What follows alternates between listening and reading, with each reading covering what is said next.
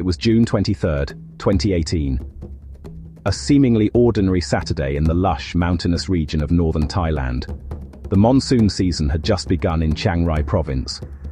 For locals, it's a familiar rhythm of life, a time of renewal, when the parched earth drinks deeply and the landscape explodes in a vibrant green. But it is also a time of caution, a season that carries an inherent and unpredictable power. Deep within the earth, beneath the Doi Nang Non mountain range, a labyrinth of stone lay silent and waiting.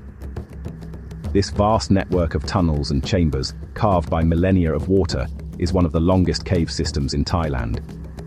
This is Tam Luang Nang Non. In local legend, it is the cave of the Sleeping Lady, named for a mythical princess who, heartbroken, took her own life within its depths. Her body became the mountain itself, and her blood, the water that flows through it. A place of beauty, folklore, and, during the monsoon, a place of known danger.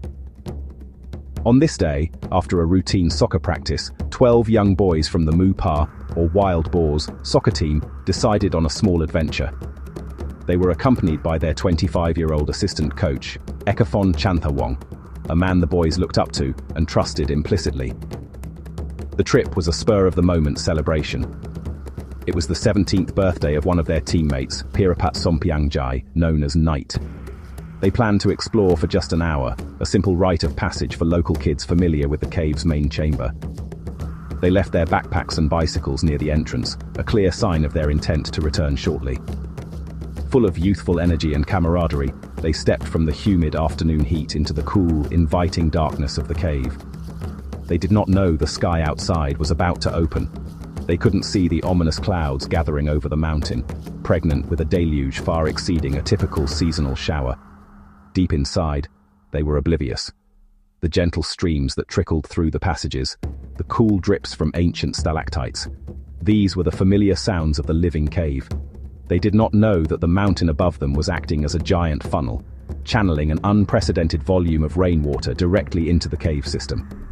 Those gentle streams would soon swell into a raging, unforgiving torrent, sealing them miles from light and air.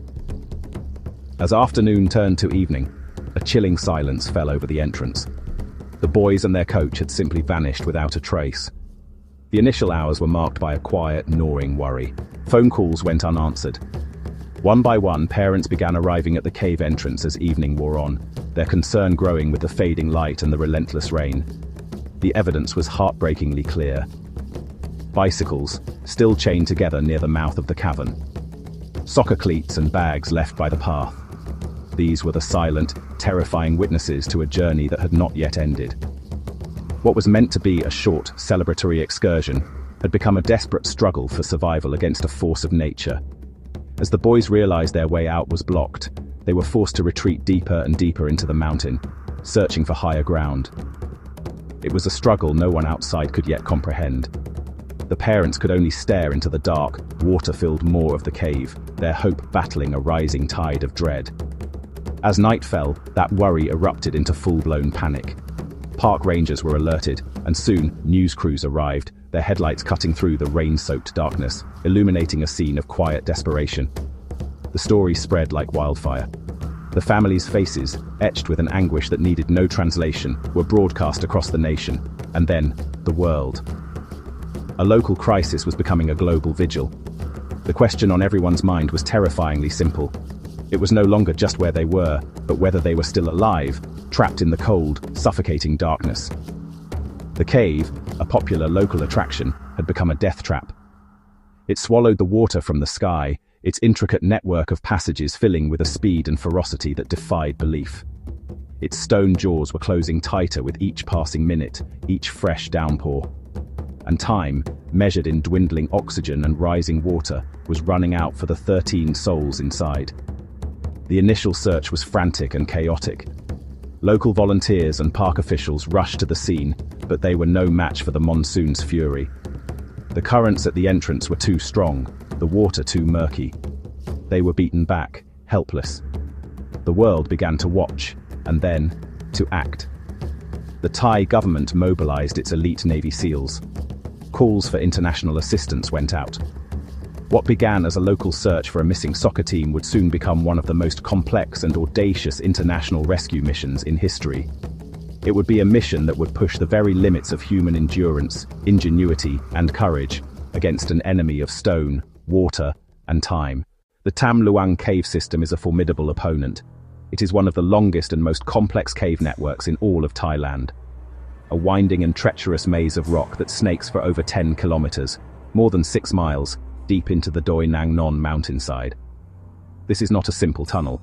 It is a karstic labyrinth, carved from limestone by water over millions of years. A geological masterpiece and a potential death trap. The cave's profile is a brutal series of ascents and descents. Passages rise into vast, dry chambers, only to plunge back down into narrow, water-filled sumps. To navigate it is to climb and crawl, swim and squeeze. During the dry season, from November to June, it is a known challenge for experienced cavers and a popular, if rugged, tourist attraction. It is a place of stark, almost spiritual beauty, where darkness guards stunning formations of stalactites and stalagmites. But this beauty is deceptive. The cave is a living system, and its mood is dictated entirely by the weather. When the monsoon arrives, the mountain itself becomes a giant sponge. Rain soaks the porous limestone, percolating down through countless fissures and cracks, all leading into the main artery of the cave. The system is designed to flood, and it does so with terrifying efficiency. During the monsoon, it becomes a submerged nightmare. The passages fill completely with water.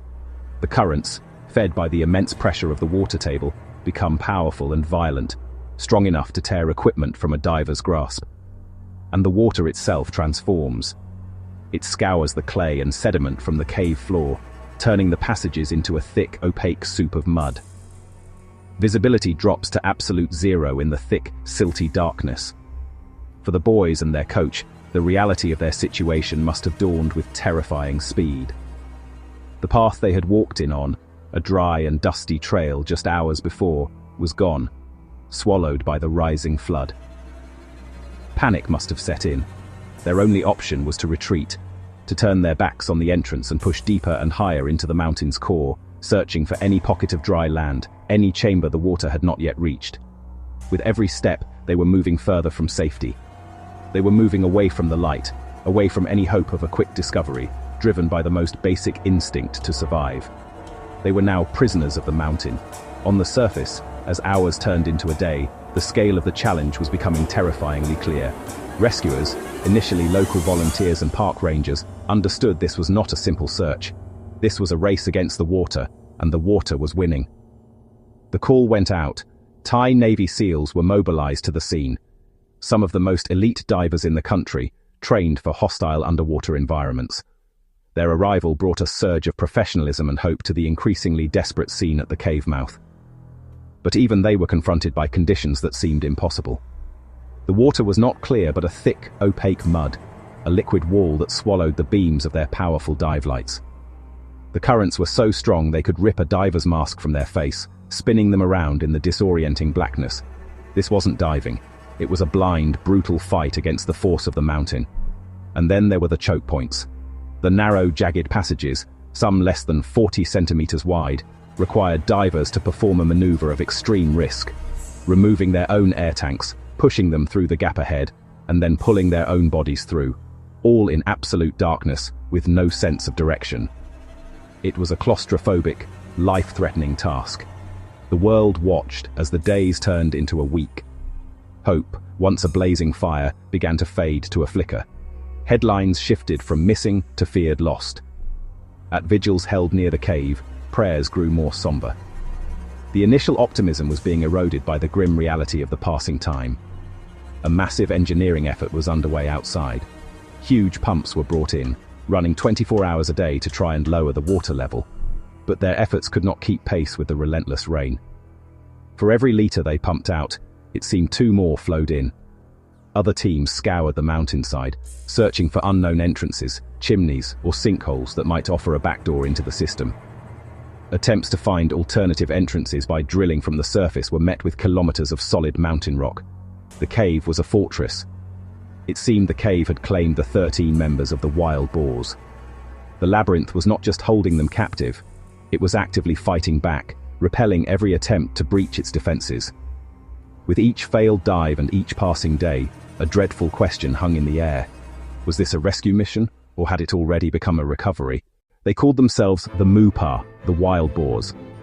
This was more than just a name for a local junior soccer team. It was a declaration of their spirit, tough, resilient, and fiercely loyal. In the small, close-knit community of Mai Sai, they were local heroes in the making. The team was a vibrant mix of personalities, boys aged 11 to 16 from different schools and backgrounds. There was Knight, the birthday boy, Titan, the youngest, and Adul, the studious polyglot whose language skills would later prove vital. Each one brought something unique to the group, but on the dusty soccer pitch, under the hot Thai sun, they were a single unit. A family bound by a shared love for the game. Soccer was their great equalizer, the field their sanctuary. Their bond was forged not just in the thrill of a scored goal, but in the everyday moments of childhood friendship.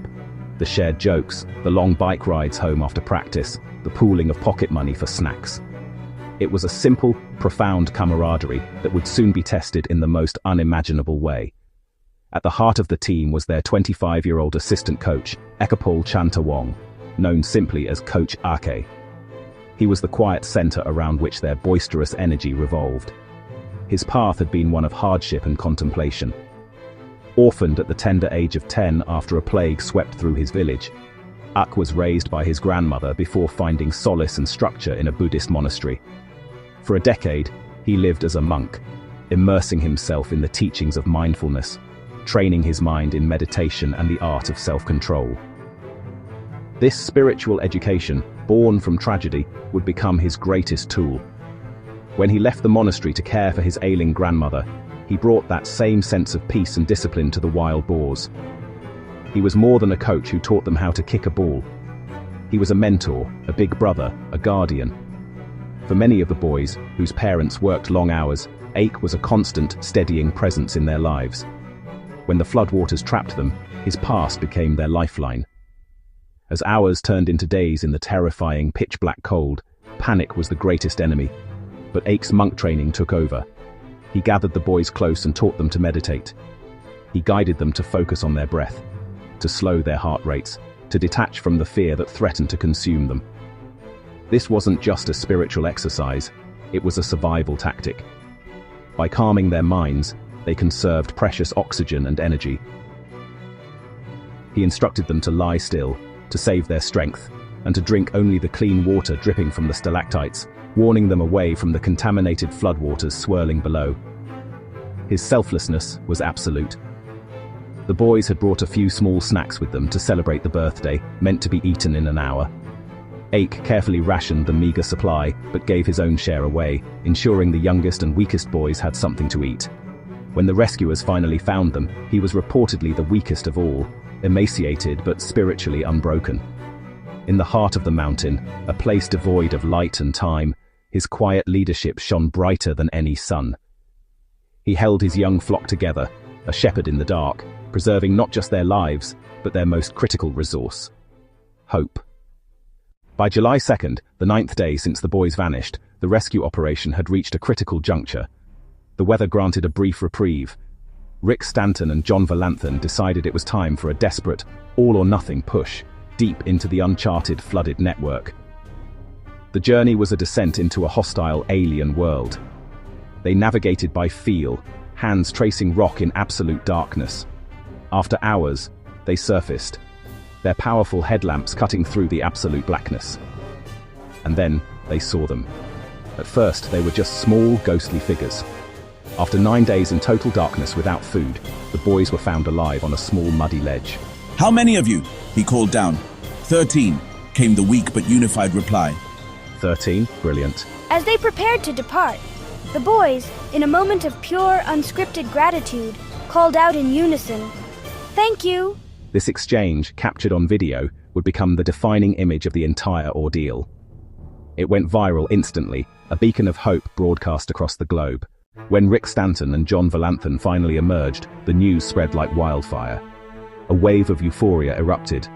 However, for the core rescue team, celebration was short-lived. The question changed from "where are they?" to "how do we get them out?" The rescuers were forced to confront the single most dangerous solution. They had to dive the boys out. This involved taking 13 non-swimmers and guiding them through a miles-long underwater obstacle course that had tested the world's best divers. The risk of a child panicking underwater, thrashing and drowning themselves and potentially their rescuer was incredibly high. This desperate line of thinking led them to a radical and highly controversial solution. They would have to drug them. An urgent call was made to Dr. Richard Harry Harris. He concluded there was no chance they could make the journey out without medical intervention. He settled on a 3-drug combination: ketamine, atropine, and Xanax. He would be zipped into a flexible stretcher, a human package ready for transport. He would then be handed over to the divers waiting in the water. On the morning of July 8th, the command was given. We are a go. The plan: bring out the 4 weakest boys first. Deep inside the cave, Dr. Harris administered the first dose of ketamine. The first boy drifted into unconsciousness. They guided the precious cargo through the black water, a seamless, silent relay race against death. Hours later, the first boy emerged, alive. Boy 2 emerged. Boy 3 emerged. Boy 4 emerged. The second day, July 9th, followed the same harrowing script. The divers, exhausted but emboldened, returned to the darkness. A boy's sedation began to wear off. He started to stir. The divers kept him calm and secure until the handover. By the end of the day, 4 more boys were brought to the surface. The final day, July 10th, was the most critical. The rescue team was running on fumes, and the weather was turning. It was now or never. They brought out the final 4 boys. And then, at last, Coach Ake. After 18 days trapped underground, all 13 members of the wild boars were free. The joyous celebration of the rescue was tinged with a profound sadness. The mission was not without tragedy. On July 6th, Saman Kunan, a 38-year-old former Thai Navy SEAL, died. On his return journey from placing the tanks, Saman ran out of his own air supply and lost consciousness underwater. Saman Kunan was hailed as a national hero. His sacrifice was not in vain. It galvanized the rescue team, strengthening their resolve to succeed. Tragically, Saman would not be the mission's only casualty.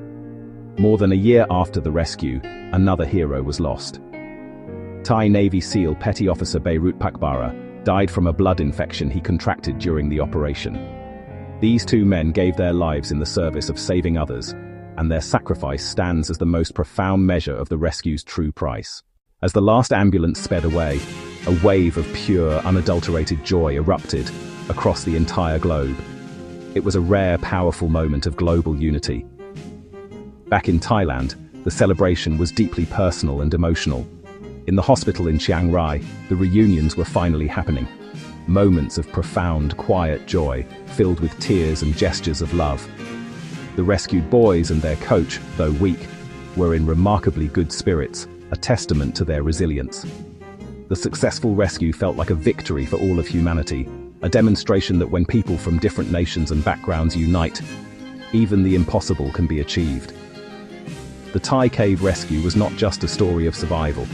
It was a story of unity, courage, and the limits of human possibility.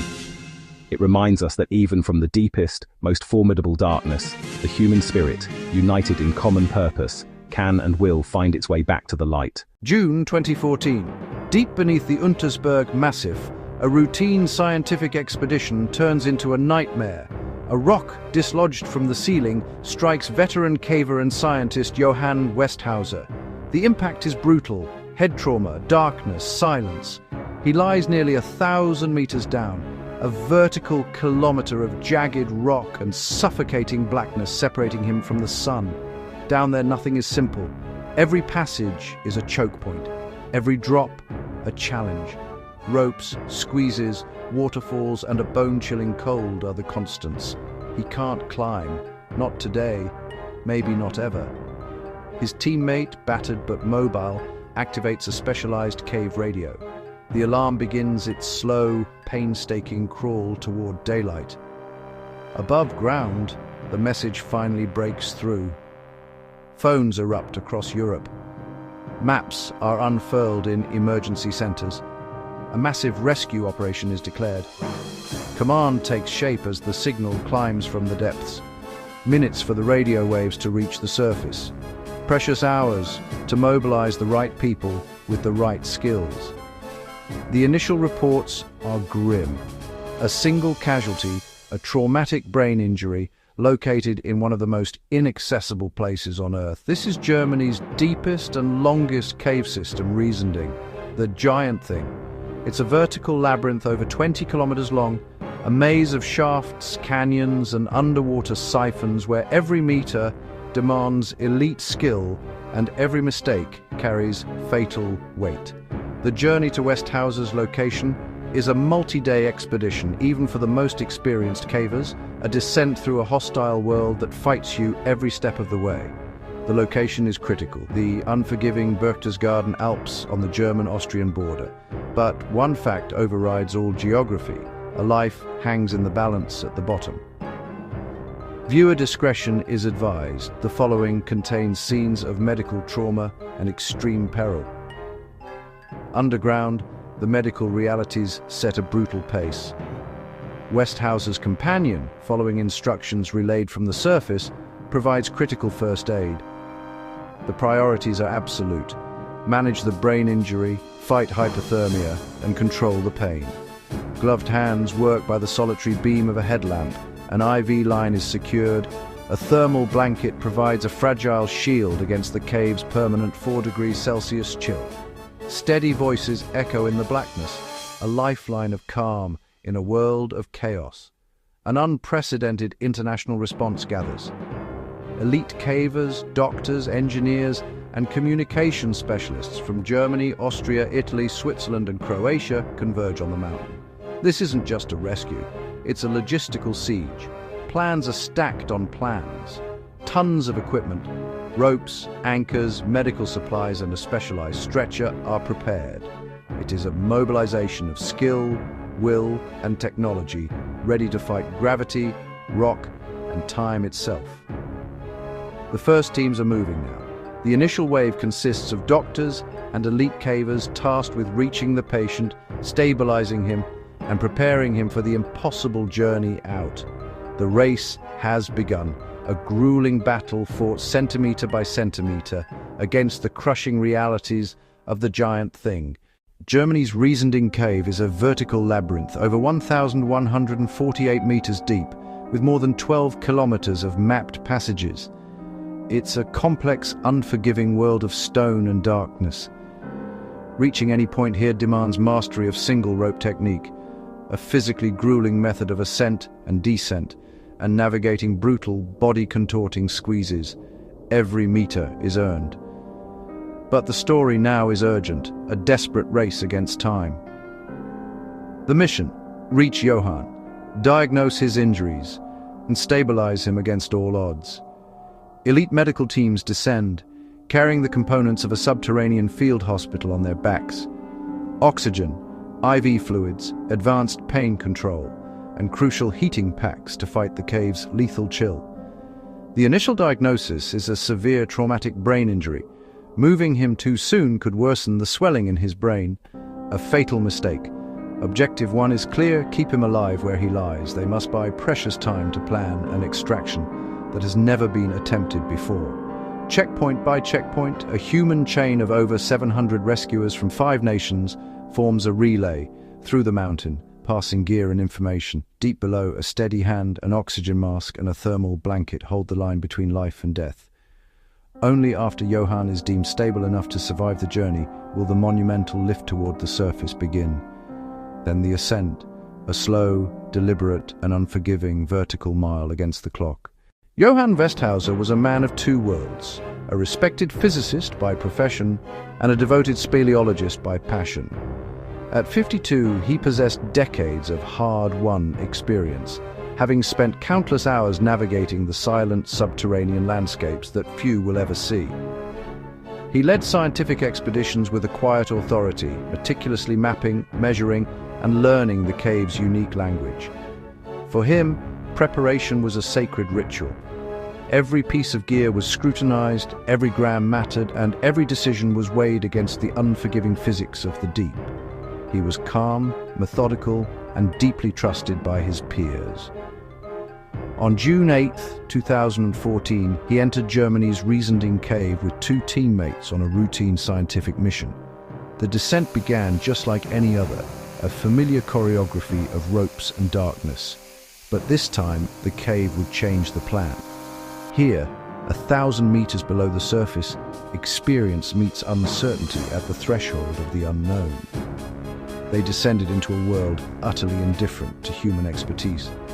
For Johann Westhauser, this familiar journey into the earth would become the longest and most perilous journey of his life. They moved in silence, conserving breath and heat. Shaft after shaft demanded perfect rope work. Some passages were so tight, helmets came off to squeeze through. Every meter down meant hours to return. Anchors in loose rock were a calculation and a prayer. Depth compounds danger. Isolation magnifies risk. Cold water seeped into gloves, slowing hands and thoughts. Communication was gestures, light and trust. They went deep, toward the 1,000-meter mark. Then the cave moved. A rock broke free in a tight passage. It hit Johann hard. Head and hope jolted at once. Silence, then the sound of breathing and pain. They recognized the severity immediately. Severe head trauma, swelling, partial unconsciousness. He could not climb out, not from here, not like this. They sent an alarm, a call that would travel slowly to daylight. He lay about 1,000 meters below the surface. They kept him awake, speaking softly in the dark. The cave was not finished moving. News of the accident crawled from the depths, reaching the surface with agonizing slowness. But once it broke, the alert spread like wildfire across Europe's caving community. Almost overnight, the remote cave entrance transformed. Command posts, lights, and heating tents materialized from the darkness, creating a nerve center for the massive operation. The challenge was immense. He was over 1,000 meters deep, past vertical drops and tight bottlenecks that would test the world's most elite rescue teams. Plans were stacked on plans, each one a complex puzzle of ropes, anchors, and human effort. Nothing in a cave is simple. Every move must be calculated. A fragile communication line was their only link. Messages crawled through the system, taking precious minutes to travel from the darkness to daylight. This would become one of the largest cave rescues on record, drawing specialists from Germany, Austria, Switzerland, Italy, and Croatia. In total, over 700 rescuers answered the call. Medical teams prepared for a patient they could not yet reach, assembling a subterranean field hospital. The race against time had begun, with the unforgiving terrain as their primary rival. The first wave of rescuers to enter the Riesending were not just cavers, they were a unique breed of specialists, a rapid response unit summoned from across Europe. This initial team was a fusion of elite mountaineers, paramedics, and doctors from Germany and Austria, each one a volunteer who intimately understood the colossal risks involved. Their mission was not yet one of extraction but of stabilization. They moved first, carrying compact waterproof packs filled not with hope alone, but with advanced medical supplies. Their immediate goal was to reach Johann, assess his condition, and begin a medical intervention in one of the most hostile environments imaginable. Every piece of equipment, from sterile needles to powerful analgesics, had been meticulously chosen for its portability and resilience. They were the tip of the spear, a small, highly trained team, venturing into a realm where a single misstep could be catastrophic, not just for them, but for the man whose life depended on their arrival. The information they would relay back to the surface, if they could establish a connection, would dictate the course of the entire, unprecedented operation. Their journey began with a descent into absolute blackness, a darkness so profound it seemed to have physical weight. The air was cold, thick with the smell of damp earth and limestone, and the only sounds were their own labored breathing and the scrape of their gear against unforgiving rock. This was not a simple hike into a cavern. It was a full-body struggle against the earth itself. The initial sections plunged them into immense vertical shafts, some hundreds of meters deep.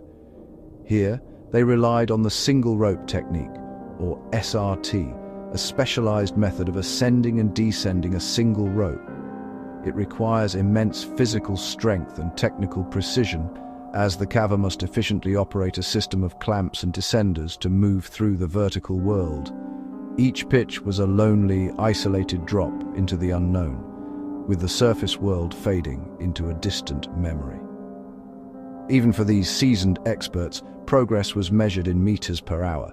The path was a brutal obstacle course. After the long, rappelling descents down vertical shafts, they faced horizontal passages so narrow they were known as squeezes, forcing the rescuers to exhale completely just to inch their bodies through. These were interspersed with vast, cathedral-like chambers filled with treacherous boulder fields where a twisted ankle could be a mission-ending disaster. Every surface was coated in a slick, treacherous layer of mud and condensation, demanding constant, focused effort to maintain a grip. Fatigue was a constant enemy, amplified by the cave's stable but draining 4-degree Celsius temperature, which seeped through their protective gear, relentlessly stealing their energy and warmth. It took a grueling 12 hours for the fastest members of this advanced team to finally reach Johann's location, a full kilometer underground. 12 hours of non-stop, physically punishing movement, navigating a route that had taken Johann and his companions days to explore under optimal conditions. This incredible speed was a testament to their world-class skill and sheer determination, pushing the limits of human endurance. They arrived to find him in a tiny pocket of air and pain, a small makeshift camp established by his loyal companion. Johann was conscious but severely injured, suffering from a significant traumatic brain injury. He was cold, disoriented, and in agony. The sight confirmed their worst fears. Moving him in his current state was impossible. Any attempt to haul him through the tortuous passages back to the surface could worsen his head trauma, triggering fatal secondary brain swelling. The rescue had to begin here, in the dark, 1,000 meters below the sun. The first report sent back to the surface was stark. "Patient is unstable. Extraction is not an option. We need doctors." The call for advanced medical care mobilized an even broader international response. Among the volunteers was Dr. Roberto Perna, an Italian anesthesiologist and experienced cave rescuer. He, along with another physician, immediately began the perilous journey down. In a feat of endurance and skill, they were guided through the treacherous vertical shafts by expert riggers from Switzerland and Croatia. A doctor was lowered 700 meters on ropes to treat Johann in place, a logistical and medical challenge of staggering complexity. They were bringing the capabilities of an emergency room into the depths of the earth, a place where a dropped syringe or a dead battery could have lethal consequences. Immediately upon their arrival, the doctors established a field hospital in the cramped, damp space. Their first priority was to get Johann's immense pain under control, administering powerful analgesics. Next, they inserted an IV line to deliver fluids, combating the severe dehydration that had set in over more than 30 hours. Their primary concern, however, was managing the traumatic brain injury. In a hospital, this would involve CT scans and constant neurological observation. Here, they had only their senses and basic diagnostic tools. They had to prevent secondary injury at all costs, which meant stabilizing his vital signs and, crucially, preventing hypothermia. They wrapped him in thermal blankets and a specialized insulated bag, creating a cocoon of warmth against the cave's relentless, bone-chilling cold. They also administered oxygen to keep him steady, breath by breath. This simple act was a lifeline. For a brain under the immense stress of a physical injury, a consistent supply of oxygen is critical. It helps reduce swelling, maintain cellular function, and prevent the cascade of further damage that can follow a severe head impact.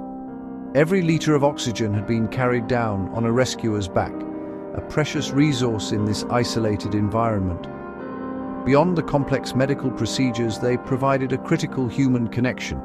They spoke to him in calm, reassuring tones in his native German, explaining what they were doing, telling him he was not alone, that the best rescuers in the world were coming for him. In the disorienting darkness and confusion of his injury, their voices were an anchor. This psychological support was as vital as any medicine, grounding him to the present moment and fighting off the despair that could so easily take hold in such a terrifying situation. For 2 full days, this underground vigil continued. The medical team worked in exhausting shifts, constantly monitoring Johann's neurological status, adjusting his treatment and keeping him stable. This period was not a delay, it was a non-negotiable necessity. It bought the teams on the surface precious time. Above ground, a massive logistical operation was unfolding. Hundreds of personnel and tons of equipment were being assembled for the extraction. Meanwhile, deep inside the cave, other teams were already at work, establishing a chain of communication relays and preparing the route. They installed new ropes, checked anchor points, and widened constrictions, turning the hostile cave into a viable, if still incredibly dangerous, evacuation route. Only after Johann's condition was stabilized, his pain managed, and his body fortified against the cold, could the monumental task of his extraction even be considered. They came from across borders, a multinational force united by a common language, rescue. Elite teams from Germany, Austria, and Switzerland joined the effort. Italy and Croatia, with their deep expertise in alpine and cave environments, added critical strength, skill, and stamina. The gear was highly specialized, meticulously engineered for the unyielding geometry of caves. Low-stretch ropes, ascenders, and complex pulley systems were essential to navigate the vertical shafts and tight passages safely. Over 700 rescuers formed a human chain, a continuous relay stretching more than 1 kilometer deep into the mountain. They worked in grueling shifts, 24 hours a day, pushing the limits of human endurance. On the surface, command centers became the mission's nerve center, meticulously managing routes, risks, and team rotations. But underground, cave comms were thin, fragile threads. Messages relayed by hand could take an hour to travel from the deepest point to the surface. The environment was a constant adversary. Cold seeped into their bones, water levels rose without warning, and profound fatigue waited in every dark corner. The route was riddled with more than 300 bottlenecks, each a unique puzzle requiring a dedicated crew and a precise plan. In this subterranean world, national lines blurred into a single, vital lifeline. They built camps beneath the mountain, medicine, comms, rest. Faint lamps carved islands of light in an ocean of night. Cold gnawed at extremities. Warmth was rationed like rope. Checkpoints turned the impossible into increments. Supplies arrived in relays, oxygen, fluids, bandages, resolve. Sleep came in fragments between squeezes and drops. Communication points stitched the cave together. Every hour the plan evolved with the rock. Care was constant, even when progress paused. Time passed differently underground. They placed Johann into a special inflatable stretcher. Immobilization first, movement would be unforgiving. Then they began to move him, centimeter by centimeter.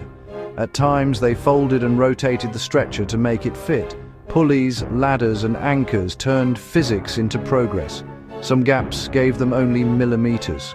Verticals were brutal, each lift a full-body fight. Teams rotated constantly to keep the chain unbroken. Edges cut rope and time, they guarded both. Every pause was medical, logistical, and merciful. Loose rock made anchors unreliable. Redundancy saved lives. A near fall halted by a secondary line. Water slicked surfaces and turned strength into risk. Hypothermia nipped at focus, exhaustion blurred edges. Bruises, abrasions, and cold hands that would not quit. Information moved by voice, by cable, by patience. Minutes mattered, and messages took minutes. Every vertical demanded redundancy in triplicate. They contorted their bodies around the stretcher to keep it moving, and still they reassured the man at the center of it all. Medical teams monitored Johann constantly. Oxygen sustained him. Care kept him conscious. They balanced movement with medicine. Too fast could be fatal. human contact as critical as any tool. As his condition wavered, they pushed harder, progress measured against a clock no one could see. ETAs slipped, regained, then slipped again. A mantra of motion: lift, rotate, hold. They talked him through the pain and the dark. Above ground, readiness never wavered. The last major vertical stood like a verdict. They rigged complex systems to overcome gravity and rock. Upward, inching, every movement deliberate. He had to be lifted, rotated, and threaded around the cave itself. At one point, they gained only 10 meters in 7 hours. Then, in a breath, the hardest part relented. Exhaustion bowed, but did not break them. A final corridor, a final lift, and the scent of air changed. Light, first imagined, then undeniable. After 11 days, dawn had a face. They came out at night, into a sea of light and relief. He was transferred to waiting medical teams, faces etched with mud and months of emotion in days. A helicopter stood by, swift passage to a hospital. He was alive, and on his way to care.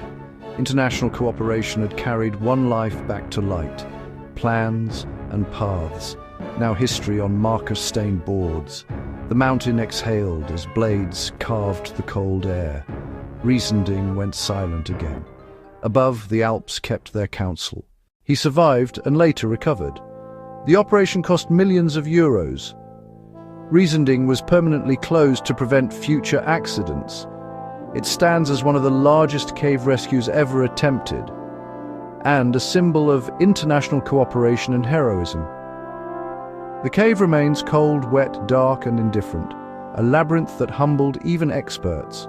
Some journeys end not with conquest, but with care. 11 days from accident to daylight. In the deepest dark, they carried the light. The year is 1914. It is an age of heroes, an age of bold exploration. The world's great blank spaces are shrinking. The North Pole has been claimed, the South Pole too. But one great journey remains, the last great prize of polar exploration: to cross the vast, frozen continent of Antarctica on foot. This is the dream of one man, Sir Ernest Shackleton. He is a veteran of the ice, a leader forged in the crucible of the South. His ambition is simple, yet monumental: to march from the Weddell Sea, across the Pole, to the Ross Sea, nearly 2,000 miles, through the most hostile environment on Earth, a place of unimaginable cold and brutal, unending wind. His vessel is named Endurance. It is a ship built for this very purpose, a Norwegian marvel of wood and iron. Its hull is thick, its frame reinforced, designed to withstand the immense pressure of the polar ice. Aboard this ship, a crew of 27 men has been carefully chosen. They are sailors, scientists, adventurers. Each man possesses a unique skill. They all share one vital quality, a spirit of determination. They have placed their trust in their leader, Shackleton. They are ready to face the unknown. They are ready to etch their names into the annals of history, to conquer the final frontier for the British Empire. The mood is one of profound optimism. Crowds gather at the docks to wave them off. Flags fly high. The expedition is a national event, a symbol of courage and human aspiration. As the Endurance pulls away from the shore, the men look towards the horizon, their minds filled with visions of glory. They imagine planting the Union Jack at the end of their long march. They dream of the triumphant return, of parades and accolades. They are setting sail not just on a ship, but on a wave of hope. They believe their journey will be a story of conquest, a testament to man's power over nature. But the Antarctic has other plans for them. This expedition was never destined to be about crossing a continent. The story that would unfold would be far more dramatic. It would become a legend not of geographical triumph, but of human survival against impossible odds. The names that would become famous were not just Shackleton's and his crews, but also the places that would test their will to live. The treacherous Weddell Sea, the desolate shores of Elephant Island, the distant, storm-battered peaks of South Georgia. Their journey would not be a straight line across the ice, but a twisted, desperate path dictated by forces far beyond their control. This is the story of that journey. The plan was meticulously crafted. It was born from years of polar experience and careful study. Shackleton's Imperial Trans-Antarctic expedition would be a two-pronged assault on the continent. The Endurance would carry the main party, including Shackleton himself, into the Weddell Sea. This was a notoriously dangerous body of water, known for its heavy, unpredictable pack ice.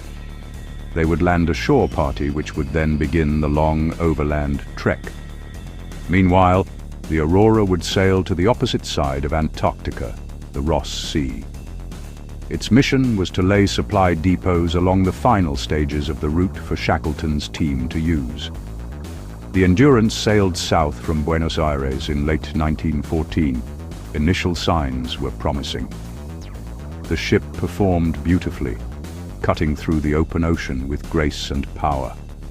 The men settled into routines, camaraderie, and shared purpose filled the wooden vessel. They were a band of brothers, confident in their ship, confident in their leader. The first whispers of trouble came from the whaling stations on South Georgia, their last port of call.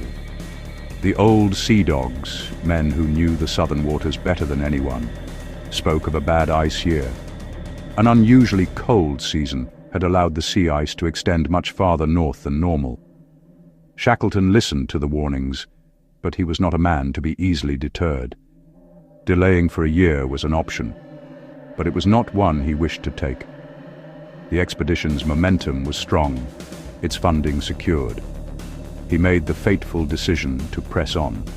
He would trust in the strength of his ship and the skill of his crew to navigate the challenges ahead. On December 5, 1914, the Endurance weighed anchor and steamed south, leaving the last vestiges of civilization behind.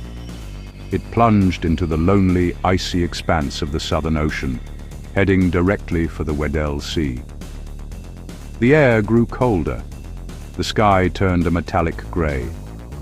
The first icebergs appeared, ghostly white mountains drifting in a dark sea. The optimism that had filled the ship began to be tempered by a stark reality. The ice was indeed heavy. At first, it was just slush and small floes, which the Endurance could push aside with ease. But soon, the floes grew larger, the channels between them narrower. The ship's progress slowed from a steady pace to a crawl. The constant crunch and grind of ice against the hull became the new soundtrack of their lives. They were not yet trapped, but they were entangled. Each day, the crew looked to their leader, their faith unwavering. Shackleton remained a pillar of calm, his presence a constant reassurance. Yet, even he must have felt a growing unease as the white maze of the Weddell Sea slowly, inexorably, began to close around his ship. The northern gale blew for days, a relentless, invisible force. Its effect on the sea ice was dramatic and devastating. It compressed the fractured field of floes into a single, seamless plain of white. The narrow channels of open water vanished, squeezed shut by immense pressure. The Endurance, which had been fighting forward, now found itself held fast. Engines at full power, the reinforced bow smashing against the ice, desperate to break free. But it was no use. Ice too thick, pressure too great.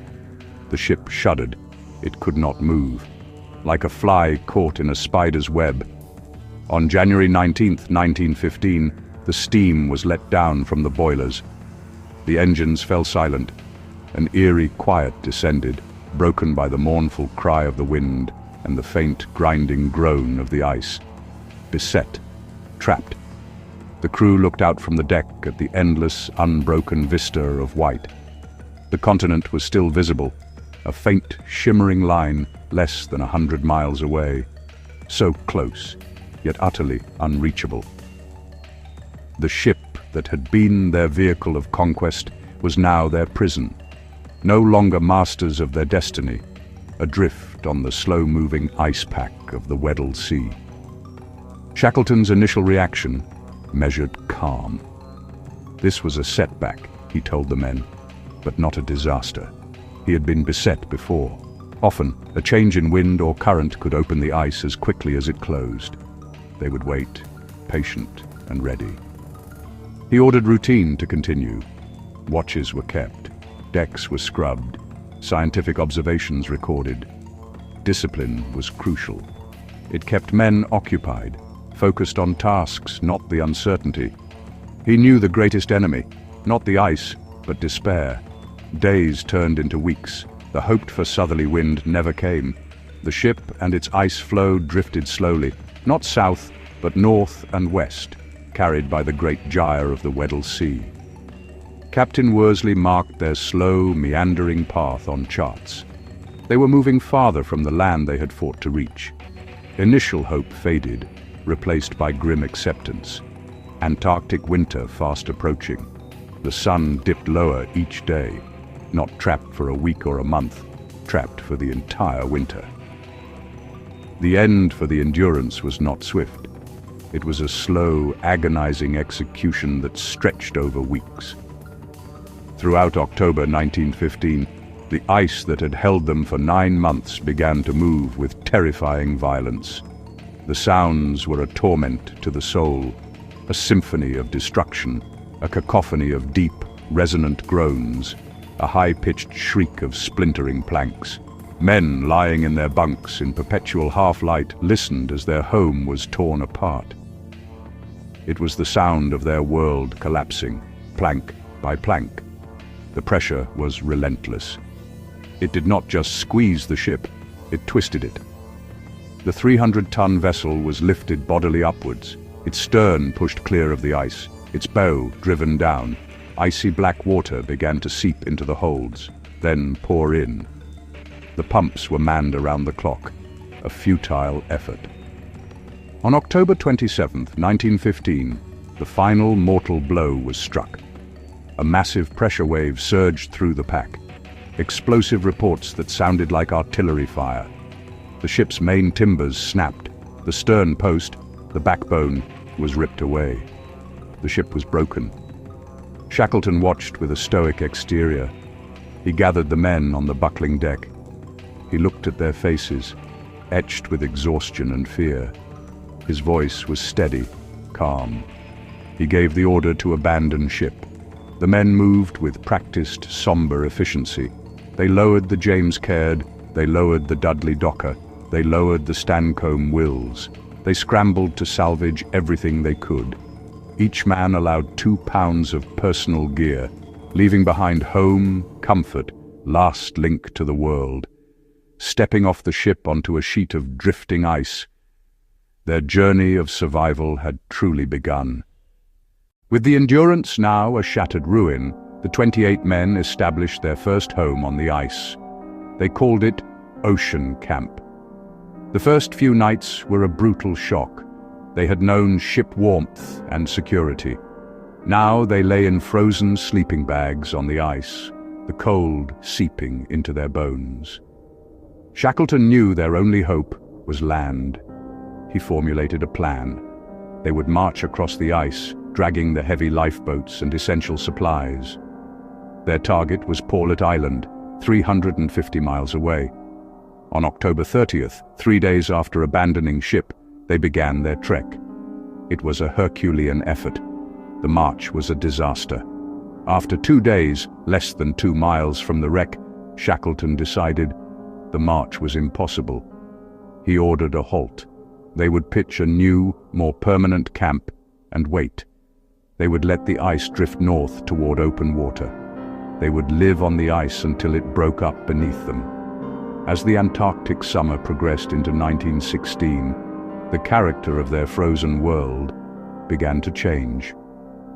The sun, now higher in the sky for longer periods, began to have a noticeable effect on the ice. The greatest threat came from the cracks.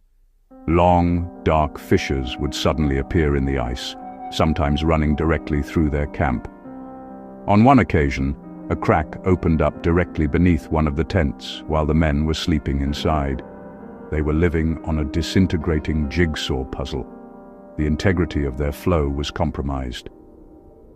Shackleton watched the deteriorating ice with a keen eye. He knew their time on the floe was coming to an end. He ordered the men to prepare the 3 lifeboats for a sea voyage. On the night of April 8th, the final crisis began. A huge swell, born from a distant storm, rolled into the pack. Their floe began to break apart beneath them. The next morning, April 9th, 1916, Shackleton looked at the shattered floe and the angry grey sea. There was no more waiting. He gave the order to launch the boats. For 497 days they had been on or in the ice. Now they committed themselves to the water. 28 men in 3 small boats, surrounded by a hostile sea.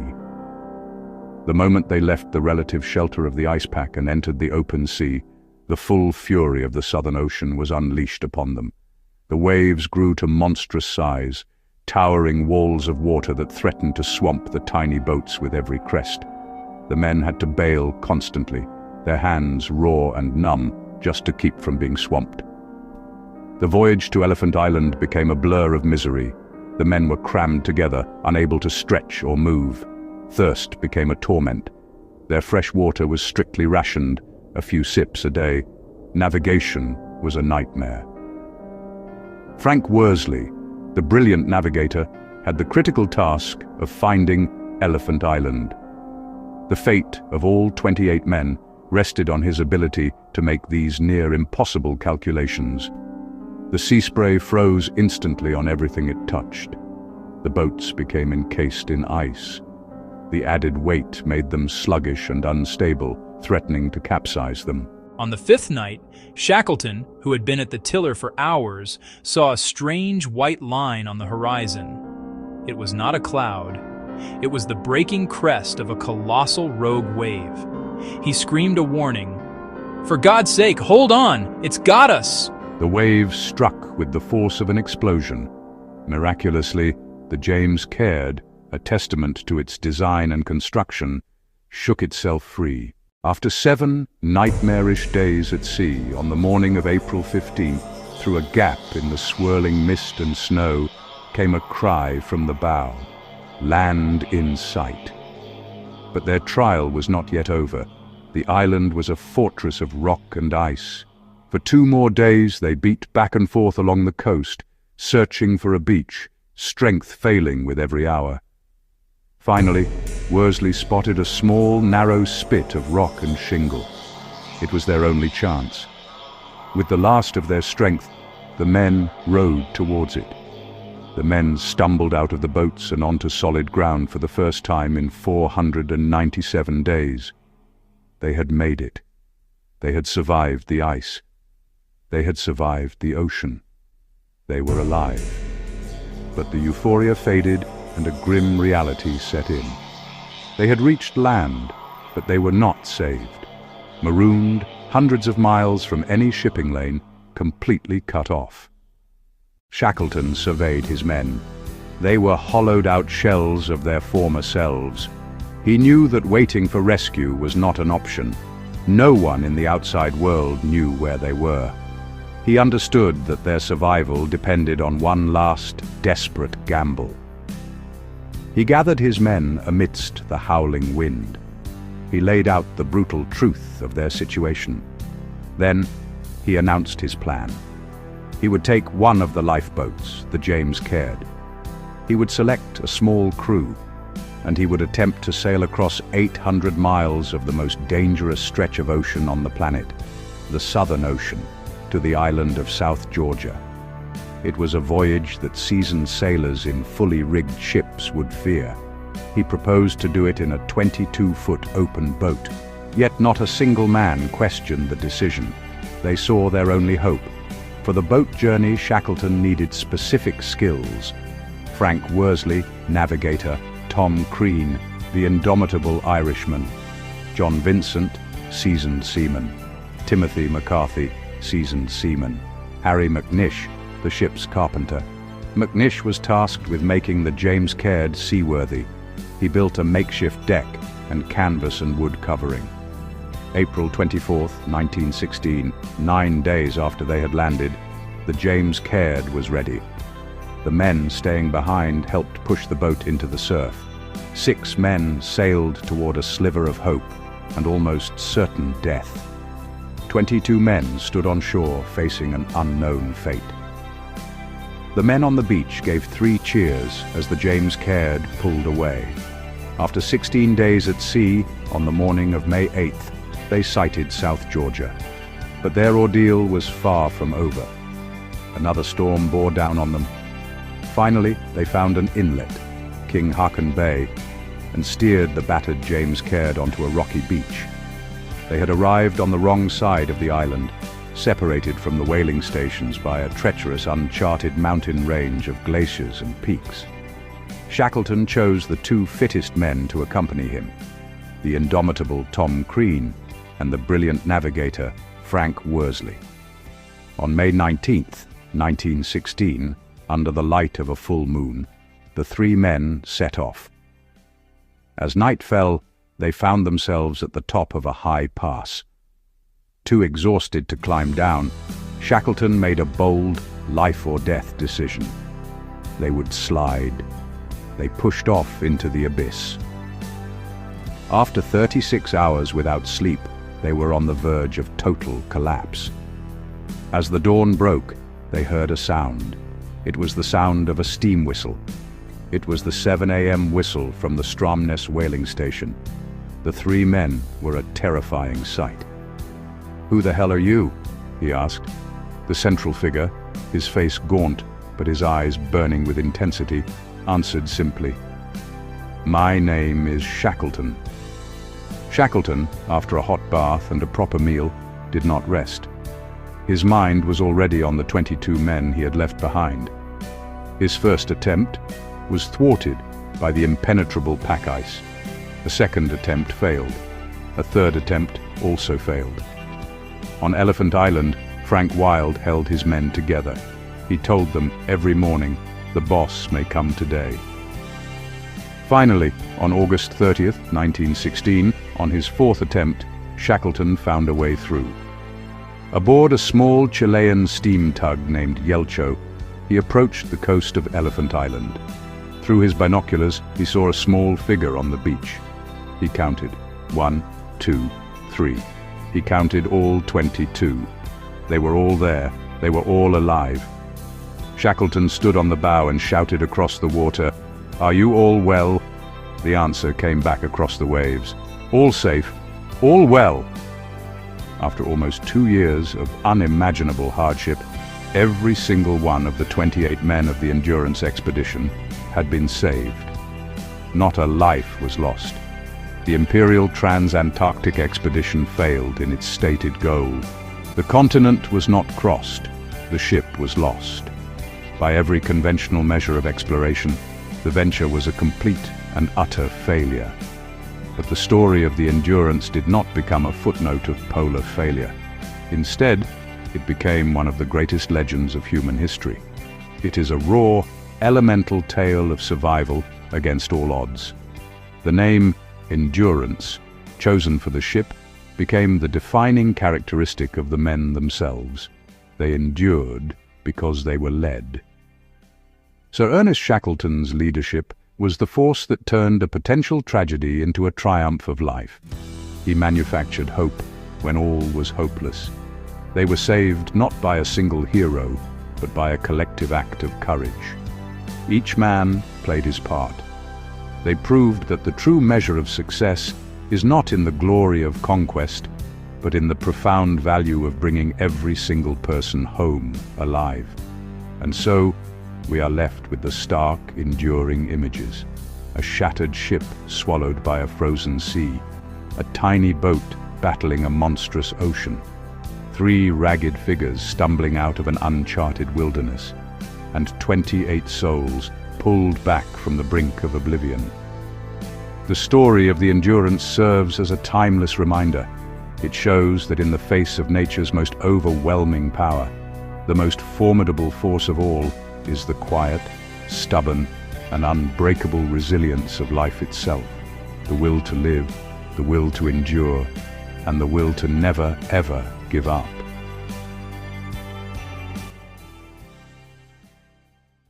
We begin in a world without sun, a realm that has never known the warmth of daylight, existing in a state of perpetual silent twilight.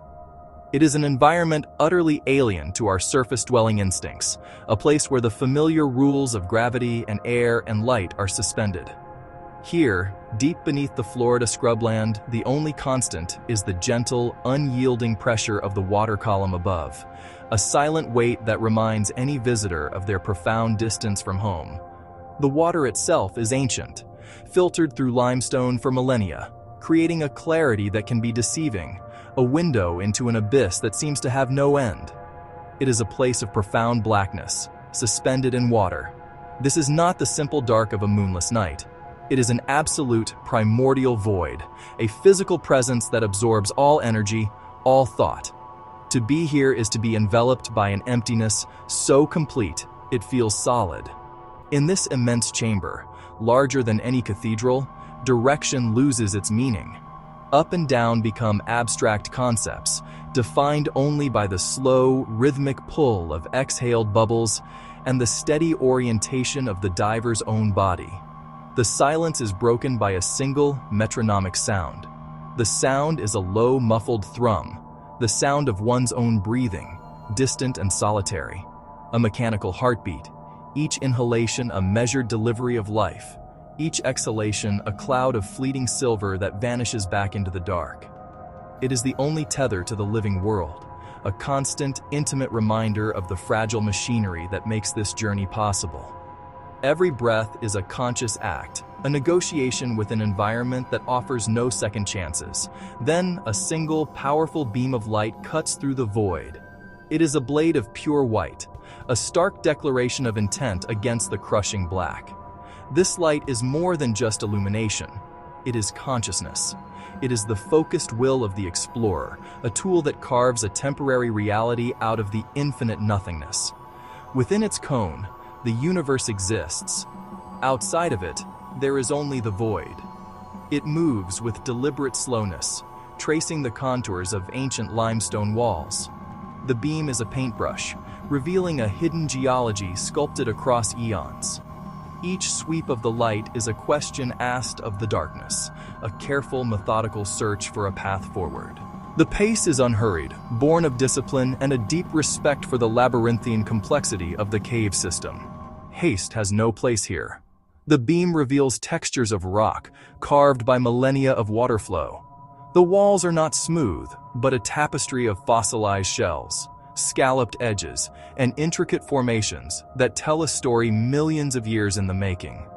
It is a museum of deep time, where every surface holds a record of a world that existed long before humankind. The light catches the fine, suspended particles in the water, a glittering dust of silt and organic matter that hangs motionless, like stars in a galaxy. Then, without warning, the light flickers. A momentary falter, a brief interruption in the steady stream of photons.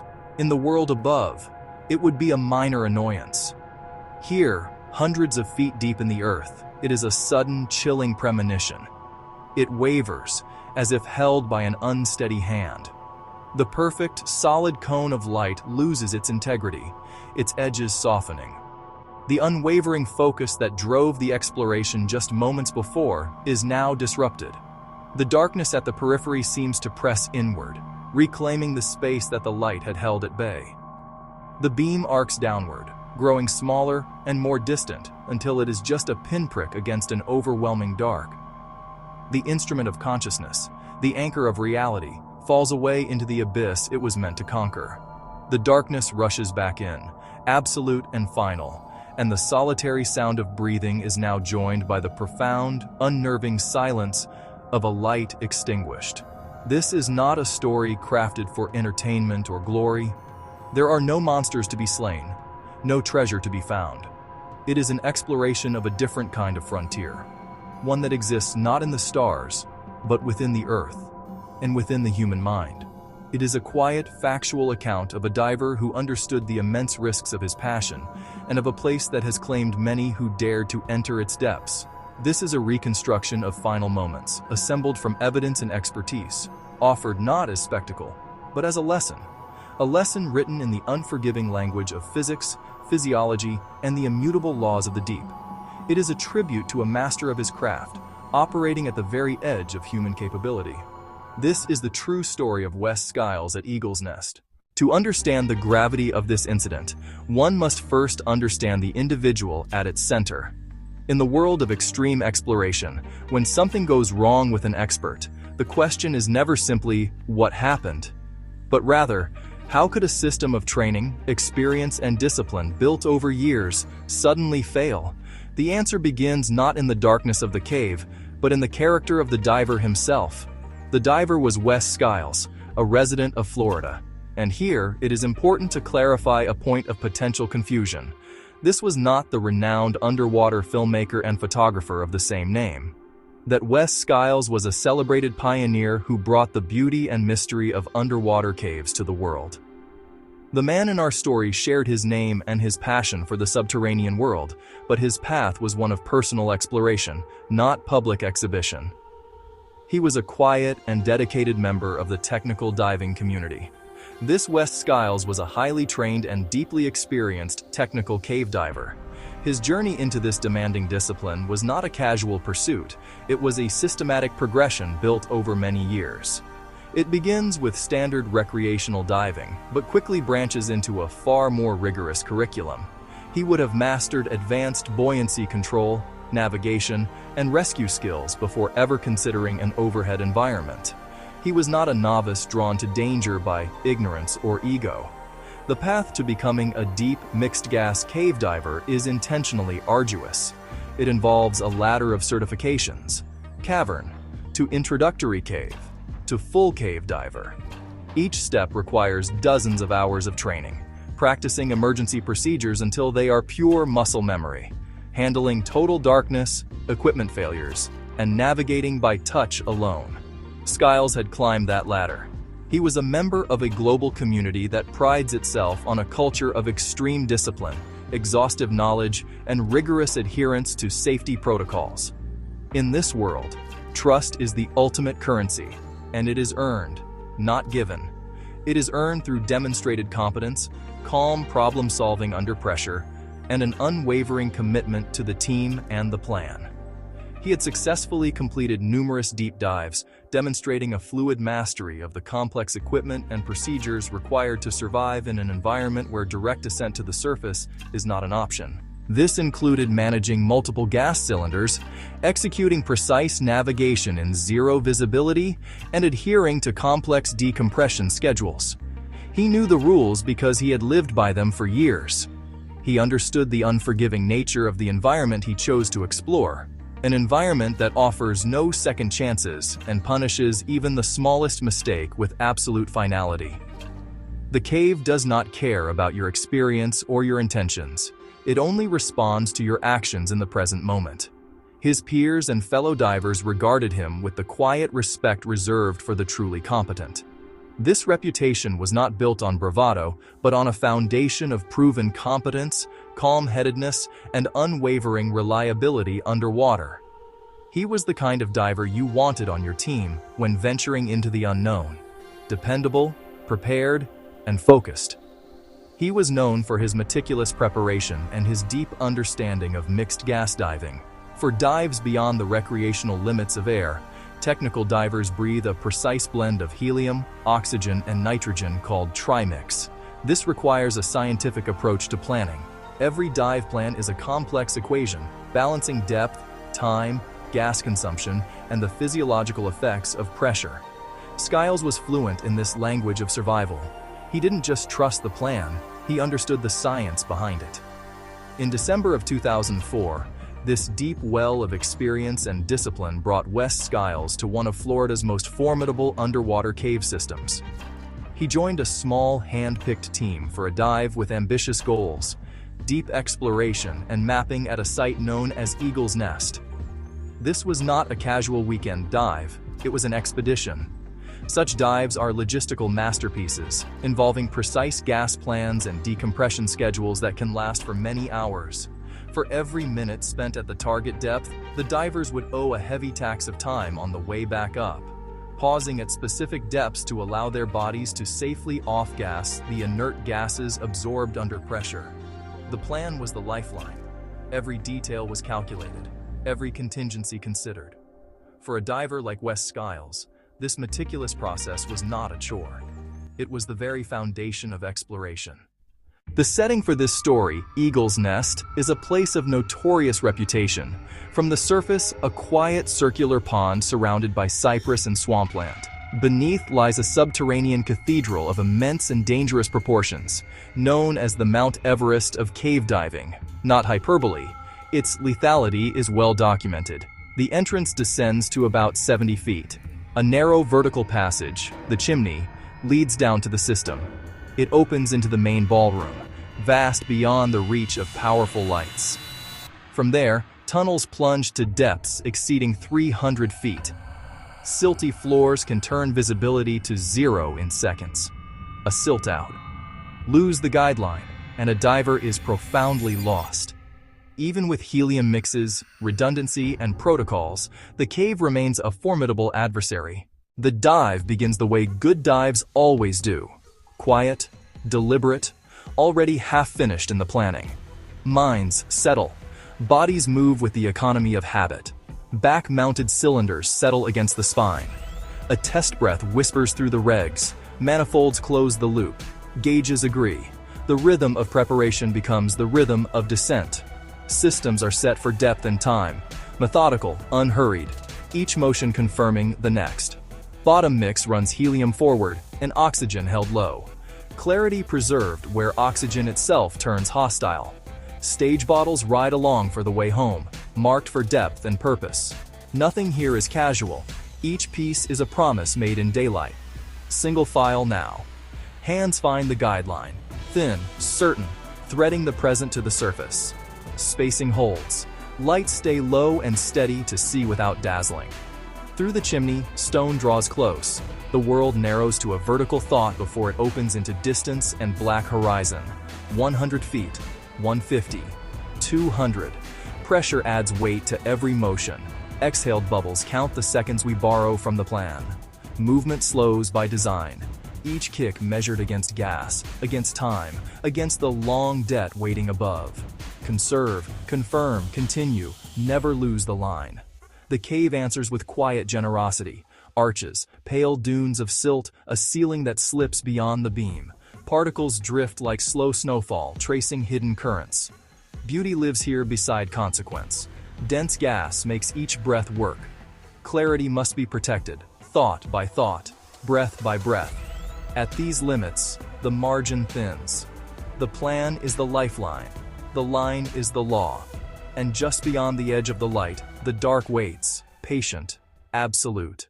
The team is deep in the main ballroom, a volume so large that even powerful lights dissolve at the edges. The water hangs with fine silt that glitters in the beams as the camera of attention drifts, slow and deliberate, across pale limestone and falling darkness. A single cone of light traces the wall, measured arcs, low and steady.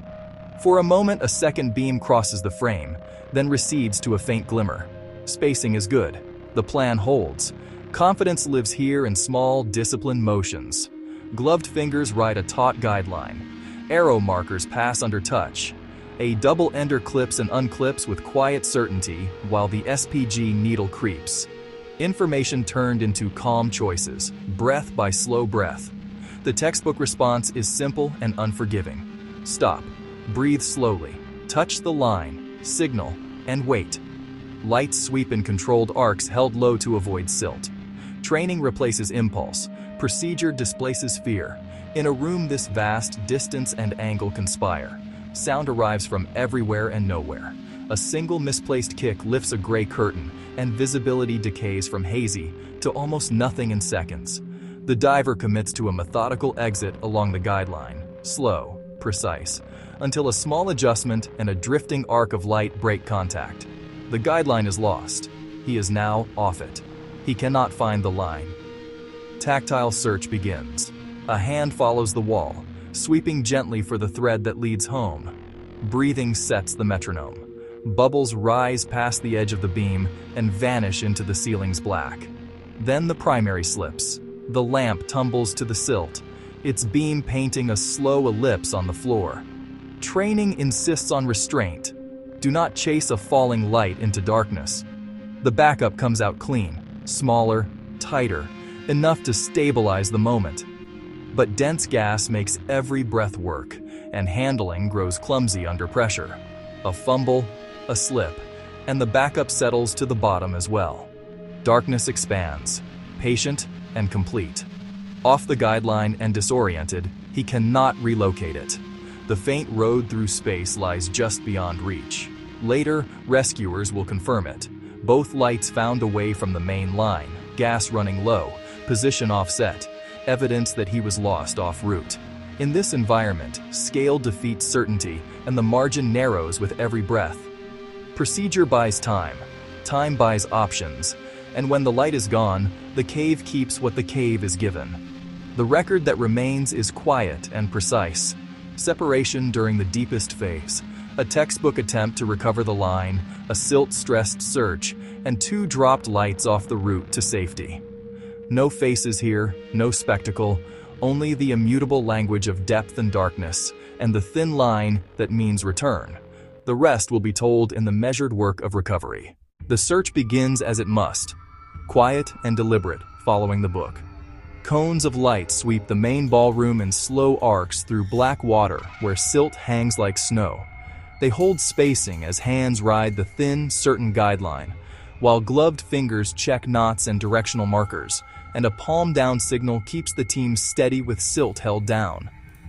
Instruments anchor the mind as the spool is managed, the slate kept ready, and depth and pressure cross-checked, and the team moves as one thought. A POV beam combs the floor with gentle dust-offs that raise no clouds, and the black gives back little until, after a short pause, a faint glint appears far below the line. They approach methodically with measured breathing and low lights as a body enters the edge of the cone, framed from the side in a dignified stillness. Nearby, the primary light lies on the floor, and a short distance farther, the backup rests as well, both no longer in the hands that held them. The position sits away from the main guideline, off the thread that leads home. Calm, clinical checks show no entanglement, trauma, or restriction, and the SPG reads near empty, while the remaining equipment appears intact. Taken together, the evidence points to disorientation and gas exhaustion, with a lost line, dropped lights, and mounting CO2 that narrowed the options until none remained. At this depth, recovery becomes its own expedition, so a marker is placed, coordinates are noted, navigation is fixed, and the plan expands to include hours of decompression. Team choreography stays precise as staged bottles are checked and routes confirmed, and a steady palm-down signal keeps the pace calm because this place punishes haste. At roughly 260 feet, the search ends in patient darkness. The facts remain: off the line, lights dropped, gas nearly gone, and that solemn truth is carried upward for the analysis to come. What went wrong? A cascade of failures. Investigations and community consensus point away from equipment malfunction or foul play. Instead, the severe cognitive and physiological effects of extreme depth. Even on helium-rich mixes, the mind does not function normally. Nitrogen narcosis, sometimes called the rapture of the deep, impairs judgment, slows reactions, and can induce euphoria or anxiety. A diver may leave the guideline or fail to monitor gas. Dense gas increases work of breathing, raising CO2 and risk of hypercapnia. Elevated CO2 causes headache, confusion, breathlessness, and panic. Chasing a team or swimming hard spikes CO2, confusion deepens. Impairment can lead to dropping lights and erratic swimming. A feedback loop: exertion, CO2 buildup, confusion, panic, faster breathing, higher gas consumption. Once lost in the dark without the guideline, gas exhaustion becomes inevitable. Section 8. The human element: narcosis and disorientation. Diving deeper into the why means focusing on the fragile interplay between mind and extreme environment. At depths approaching 300 feet, physics reshapes physiology. High-pressure nervous syndrome can cause tremors and cognitive deficits. Immense pressure, cold, limited sensory input, darkness. A diver can lose up from down and the ability to judge distance or time. Dropping two separate lights signals severe cognitive breakdown. Primary is held, backup is clipped. Losing both implies motor control and procedure failed. A sudden medical issue, an acute gas problem, or disoriented panic could trigger the loss. In total absence of light, the mind cannot form a usable map. The guideline effectively vanishes. Panic accelerates breathing, rapidly depleting gas, and destroys rational problem-solving. Alone, in the dark, off the line, anxiety or panic likely compounded narcosis or CO2 impairment. In the weeks that followed, a quiet shock moved through the cave diving world. The loss of Wes Skiles was felt as more than grief. It was a rupture that demanded reflection. When a skilled, respected diver dies in familiar water, the community turns inward, asking how to be better, safer, and more prepared. His final dive became a case study in advanced courses and team briefings, shared to educate with clarity, not to frighten. The message was consistent. Discipline, teamwork, and unwavering adherence to procedure save lives. Debate followed at Eagle's Nest. Periodic closures, reopenings, and proposals for stricter prerequisites to match the site's severity. Safety culture was renewed in practice. Never lose the guideline. Plan gas by thirds and verify it. Maintain situational awareness and speak up early. Because at depth, small issues, a touch of narcosis, a few extra kicks, a moment's delay, can compound quickly into real risk. The image of two lights on the silt endures as a sober teaching tool. Exploration continued, but with quieter confidence and deeper humility. The diving world honors Wes by learning from his last dive and carrying those lessons forward. Those lessons have already made subsequent dives safer. A quiet reflection. Respect for the deep. In the aftermath of a tragedy that ripples through a community, there is a period of profound silence. A silence that mirrors the depths themselves. It is in this quiet space that we move beyond the shock and the grief, not to find blame, but to seek understanding. It is here that the most vital lessons are found, etched into the memory of the water itself. The story of Wes Skiles and Eagle's Nest is not one of failure, but of the profound, unyielding power of the natural world. Wes was a master of his craft, a pioneer who dedicated his life to illuminating the hidden architecture of our planet. His work invited millions into a world they would never otherwise see. Yet, this story serves as the ultimate, somber reminder that the environment is the final arbiter. It demonstrates that even for the most experienced, the most prepared, the most passionate, the line between control and chaos is perilously thin. His legacy is therefore twofold, one of incredible inspiration and one of profound, necessary caution. It speaks to the absolute limits of human endurance, physical and psychological. Physically, the body is under siege. Every breath of dense, cold gas is a conscious effort, a tax on the respiratory system. The immense pressure is a constant crushing force, and all the while, a physiological clock is ticking. The decompression obligation, a debt to the laws of physics that must be repaid slowly, carefully, with no room for error or haste. Psychologically, the challenge is just as immense. The mind must operate with surgical precision in an environment of total sensory deprivation, fighting the insidious fog of narcosis and the primal, instinctive urge to flee when things go wrong. These places are governed by immutable laws: pressure, gas density, the absence of light. These are not rules that can be bent or negotiated. They are fundamental principles of physics. Pressure dictates how gases behave in our blood and tissues. Gas density determines our work of breathing and the efficiency of our gas exchange.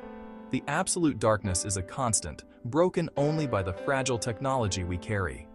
They do not care about experience, courage, or intent. They demand respect. The cave does not recognize a resume. It does not acknowledge years of service, accolades, or the number of successful dives completed. It only responds to the actions taken in the present moment. It demands adherence to its unwritten but unforgiving protocols. The sanctity of the guideline, the unwavering discipline of gas management, and the humility to turn a dive at the first sign of trouble. Respect here is not an emotion. It is a practice, a discipline, a constant state of vigilance. 2 lost lights on the silt, 260 feet down, an enduring, haunting symbol. They are more than just equipment. They represent a cascade of events, a series of moments where small deviations compounded into an irreversible outcome. The primary light dropped. The backup activated but also lost. They are a testament to how quickly a manageable problem can escalate under pressure, how fine motor skills and complex decision-making can degrade in the grip of narcosis and stress. They sit in the darkness as a quiet, powerful testament to the final moments of a struggle. Safety is a fragile chain, forged from hundreds of individual links. Equipment checks, gas planning, team communication, physical fitness, mental readiness, and adherence to procedure. Most of the time, this chain is strong, held together by training and discipline. But when one link breaks, a moment of inattention, a minor equipment issue, a slight misjudgment, the load is transferred to the others. If another link gives way, the chain can fail with terrifying, catastrophic speed. The cave keeps its secrets and can reclaim the light we bring. We enter these spaces as visitors, carrying our own small, battery-powered suns. We believe we are illuminating the darkness, but we are only ever borrowing a tiny pocket of visibility. The darkness is patient. It is the native state. A single misplaced fin kick, a moment of lost buoyancy, and the silt can rise like a curtain, instantly erasing the world. The cave doesn't take the light. It simply restores the natural order of things. This is a story told with a quiet voice, a memorial and a lesson. It is a narrative that belongs to the entire diving community and to anyone who ventures into wild places. It serves as a memorial not only to Wes Skiles and his partner, but to all those who have been lost to the allure of the deep. It is a lesson written not in a textbook, but in the hard reality of the abyss. This is not a warning to cease exploration, but a profound call to humility, exhaustive preparation, and an unwavering respect for our limits. The spirit of exploration is what drives us forward. But that drive must be tempered with a deep understanding of the risks. It calls for a culture where checklists are sacred, where gas plans are inviolable, where turning a dive is seen not as failure but as the highest form of success. It is a call to know your equipment, know your plan, know your partner, and most importantly, know yourself. We end where we began, in deep, silent water. A single beam once cut this darkness. It revealed wonders, it guided the way, it promised a safe return. Now, it is gone. And in its absence, we are left with the profound, humbling truth of the deep. The darkness was here before us, and it will remain long after we are gone. Respect the cave, honor the lost, learn the lessons. For in their memory, we find the wisdom to continue our journey into the great, silent, and beautiful unknown. We learn that the ultimate goal of any exploration is not just to see, but to return with the story.